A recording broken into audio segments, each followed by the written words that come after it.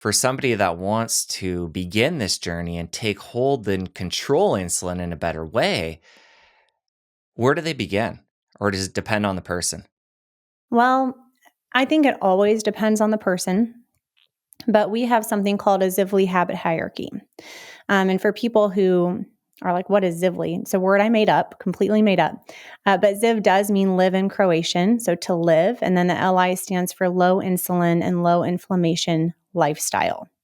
So Zivli, to live a low insulin and inflammation lifestyle. And we have what's called our Zivli habit hierarchy.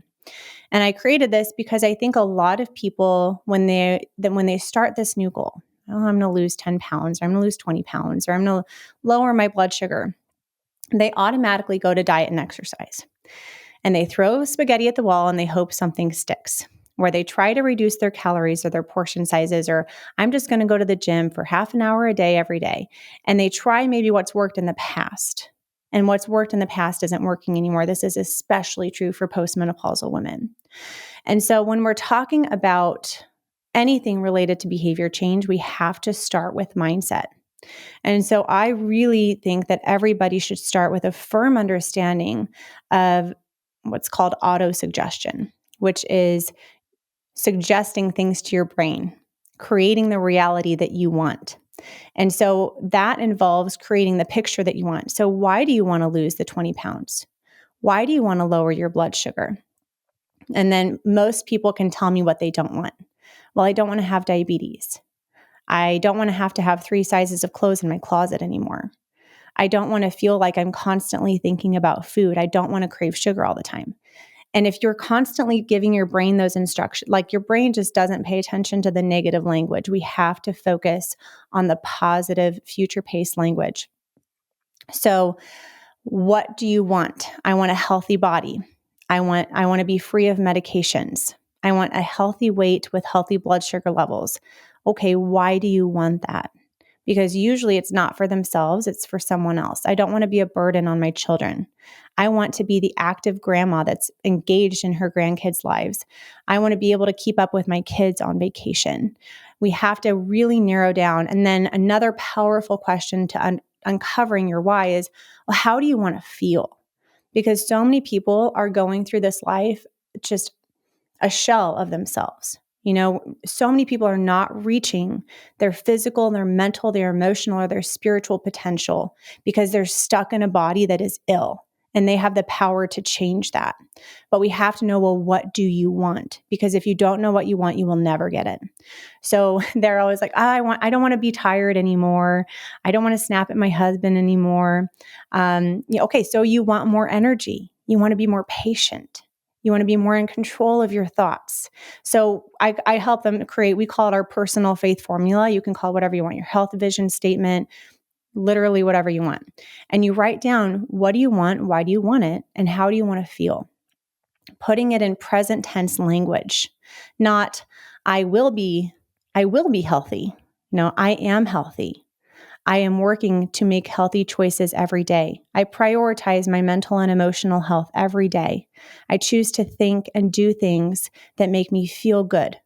I'm a present, calm, intentional, and engaged mom and loving and supportive wife.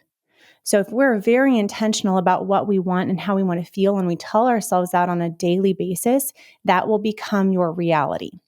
So the first thing that we have to understand is autosuggestion, the power of changing your thoughts, because your thoughts create your emotions. Your emotions will drive your actions, and your actions will ultimately determine your results. But so many people start at the action phase and they forget to pay attention to their emotions or their thoughts. And so they're constantly starting and stopping, starting something for 4 weeks and then they stop because they run out of willpower. But when you have mental mastery, willpower is irrelevant. Your motivation is irrelevant, and your self-control is irrelevant because you have total emotional awareness and mastery. So that is ultimately what we want to get to with our clients, is that total mental mastery, so that whether things go their way or not, they're learning something from it. They don't beat themselves up. Everything is a learning opportunity. So Jesse, we cannot We can't just jump into the diet and the exercise and the fasting. We have to really take that holistic mindset approach so that people can stop starting and stopping and really make it a lifestyle. Nothing will work if it is not sustained. And we know that over 80% of diets fail. So we're really on a mission to facilitate that long-term behavior change. So after that, okay, what do you do? Now you know what you want, why you want it, and how you want to feel.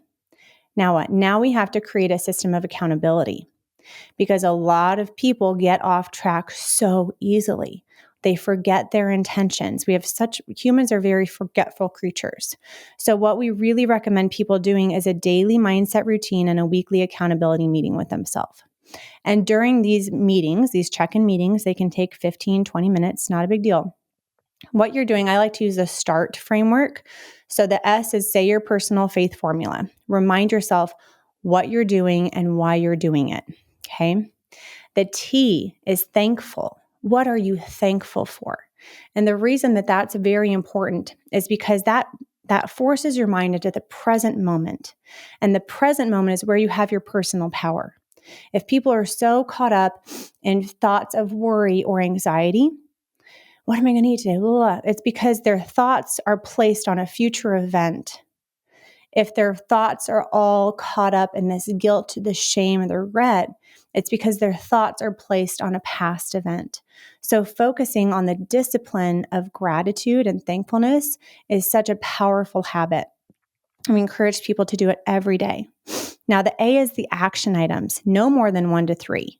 So if you're really getting serious about behavior change, focusing on too many things at once will lead to overwhelm. Your brain will shut down and it won't continue. So 1 to 3 action items, we'll get into kind of the habit hierarchy on what those should be. And then the R is to recognize your wins. So if you're trying to change your habits, we want that positive reinforcement loop continuously. This is not I lost I lost 0.5 pounds today. Like that's kind of that's whatever, like I am so anti-tracking the weight. I know so many people come from a Weight Watchers background, but I'm talking like I didn't have popcorn after dinner last night. I didn't snap at my kids and make the situation worse. I drank my water yesterday. I moved my body for at least 10 minutes, even though I was tired. I spoke kindly to myself. I showed up for my morning mindset routine. I'm here right now doing this. All of those are wins. And so the more we can practice positive reinforcement, the more we develop that internal sense of confidence and we stop relying on external things like the scale to say if what we're doing is working or not, because we become a better gauge of our own internal emotional state to say, I'm feeling good, therefore this is working. So the last T is the thoughts and the obstacles. So each day when you're thinking through your day, what are some thoughts that have been getting in my way? What are the obstacles that might get in my way today? Oh, we have a work potluck. Am I sure to have a healthy option at that work potluck? What are going to be my personal boundaries around the food at that potluck?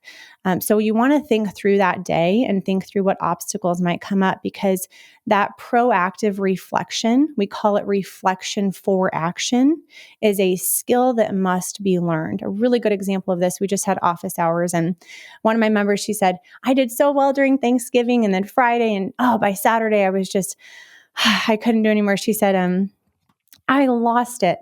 I went overboard. She was at a hockey game, and so she said she overate at the hockey game. And I said, first of all, let's stop catastrophizing that language. All right. You didn't lose it. You didn't go overboard. And this isn't a constant battle, but you think it is, because that's exactly what you're telling your brain. And so I kind of unwound those things. And I said, we have to create more neutral language around food. Stop using things like I completely blew it. I screwed up. I went overboard, yada, yada. I mean, those are so counterproductive. So really getting good at paying attention to that internal dialogue. And I said, hey, did you know that your kids were going to stay with you for, 3 days? She's like, yeah. I said, well, why didn't you make all the food ahead of time? I was so focused on Thanksgiving. I said, well, that was an obstacle that we could have planned ahead for. So let's do that next time for Christmas. Viewing everything as a learning opportunity. So those are the first 2 habits in the Zivli habit hierarchy to reverse insulin resistance. It's all about mindset. Then we get into a few key habits that when you implement these, make everything else easier to implement. The first is just water. So many people are underhydrated, and signs that you're underhydrated would be like headaches, brain fog, if your urine is kind of yellow or more concentrated. We cannot overlook these basic health habits. When you are hydrated, you are going to be less likely to crave carbohydrates. And I do want to get into the specifics on nutrition with insulin resistance because there's a lot of misinformation about carbohydrates. So I want to get into that eventually. But then sleep. So sleep is also right at the base of those habits. We want to focus on sleeping 7 to 9 hours a night. If you're not sleeping, and you're trying to intermittently fast, it's not going to be a successful strategy. You're going to feel tired. You're going to feel hungry. You're going to feel cranky. If you're not sleeping and you're trying to exercise and do these intense routines, well, guess what? That's going to add cortisol to cortisol and not help the problem. So we need to be implementing things in a thoughtful order. And after we have the mindset, the water, and the sleep, that's when we start getting into the nutritional aspect of things. And we really recommend starting with protein and fiber. And so from a protein standpoint, we really follow Dr. Gabrielle Lyon's advice of about 1 gram per pound of ideal body weight a day. If you want to be 130 pounds, aim for 130 grams of protein, dosed evenly throughout the day, at least 30 grams at a time to really support that healthy muscle mass. And then for fiber, I recommend women about 25 grams a day, men about 35 grams, ideally from the non-starchy vegetables, low glycemic fruits. After that, we can kind of move our way up, but can't you just see the simplicity of that and the common sense approach to hey, let's build the foundation of our house before we get fancy and talk about shingles and our fasting strategies and stuff like that. If you enjoyed that clip, press here for the full episode. I'll see you over there. If you have a high fasting insulin, if you have excess abdominal fat, if you have high blood pressure, high triglycerides, low HDL, low energy, frequent carb cravings, those are all signs of insulin resistance. Insulin and inflammation are hand in hand.